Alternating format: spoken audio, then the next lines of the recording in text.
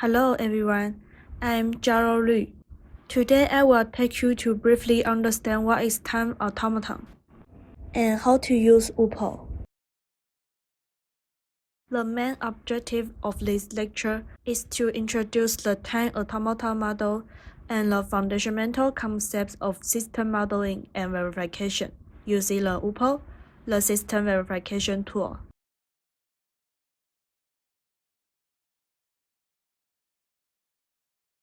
What is automata? An automaton performs a predefined series of activities automatically, and it is made up of several states and transitions. So what is time automata? A time automaton is essentially a finite automaton with class set. This is a simple example. It accepts the language A and emits a later pure open interval of length 1.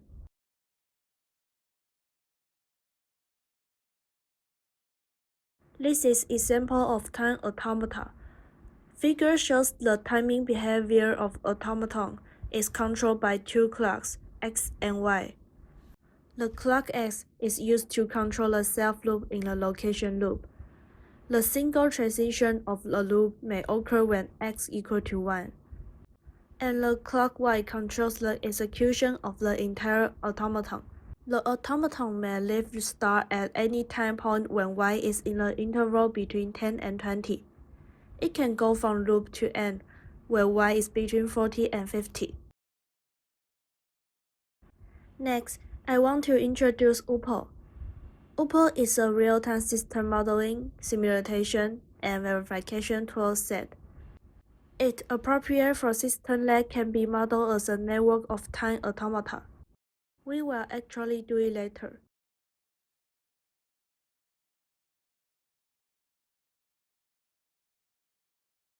There are different types of time automata. Time butchery automata is one of them. A guard and an edge of an automaton is only an enabling condition of the transition represented by the edge, but it cannot force the transition to be taken. For instance, the example automaton may stay forever in any location, just idling. In figure, we assume that n is marked as accepting. This implies that all execution of automaton must visit n infinitely many times. The location star must be left when the value of y is at most 20. Otherwise, the automaton will get stuck in star and never be able to enter end. Likewise, the automaton must leave loop when y is at most 50 to be able to enter end.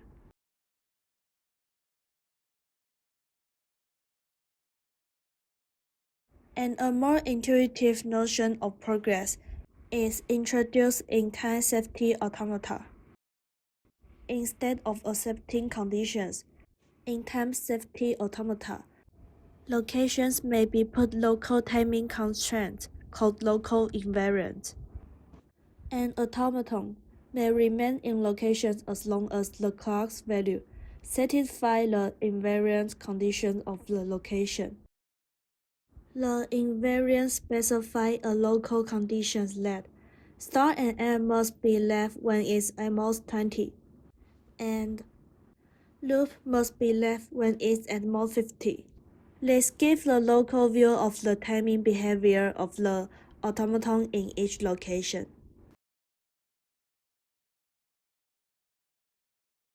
Next, let's take a brief look at clock constraints.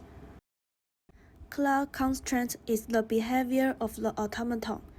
Less guards on edges are used to restrict. Clocks may be reset to 0 when a transition is taken. In UPO, restrict location invariants to constraints that are downward closed. And we can set condition in guard.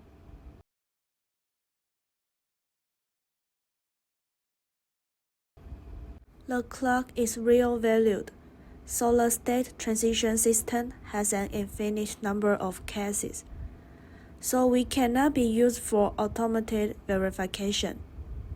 To solve this problem, the following concepts of region and zone are proposed, and we just need to rough understanding.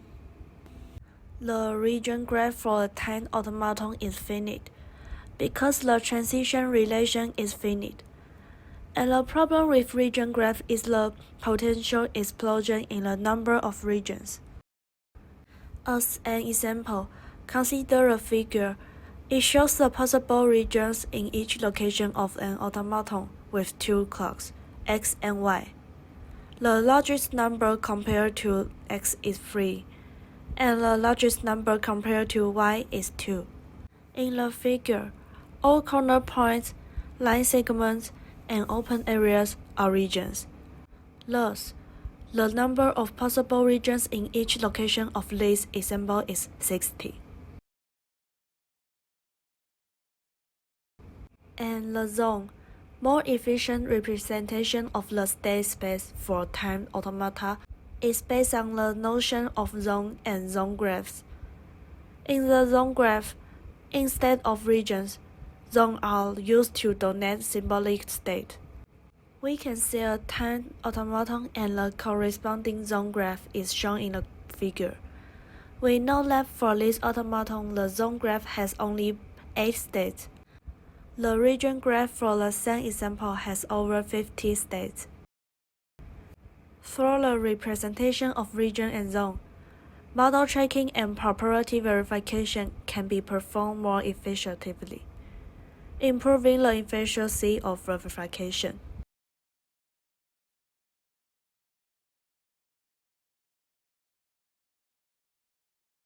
And first, property description. OPAL supports using CTL formulas to describe functional properties.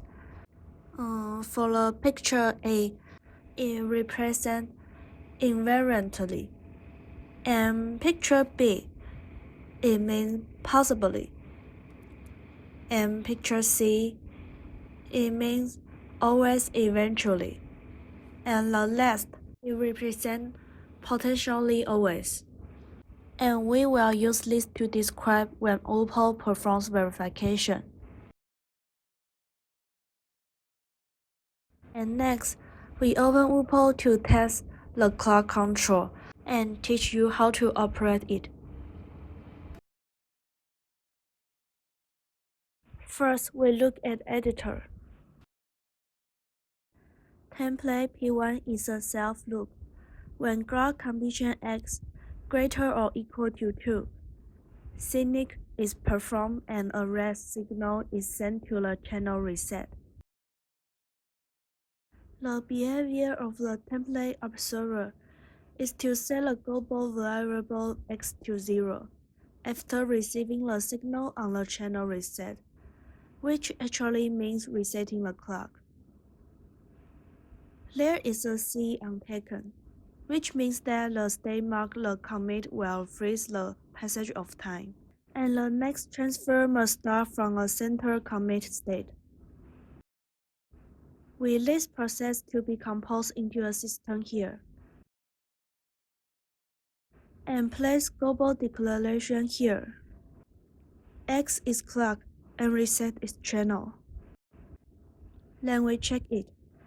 If pass the syntax check, and we can simulate it. Next, look at the symbolic simulator. Initial x equal to 0, and P1 got the condition that x greater or equal to 2, then send reset sync. When observer gets sync, update x to 0 and return to idle. By pressing next, we can simulate the next action.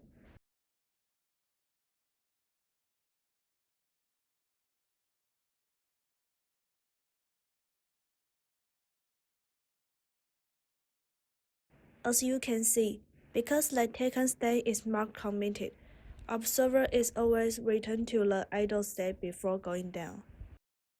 Finally, we verify that the verification is valid for all states for all paths.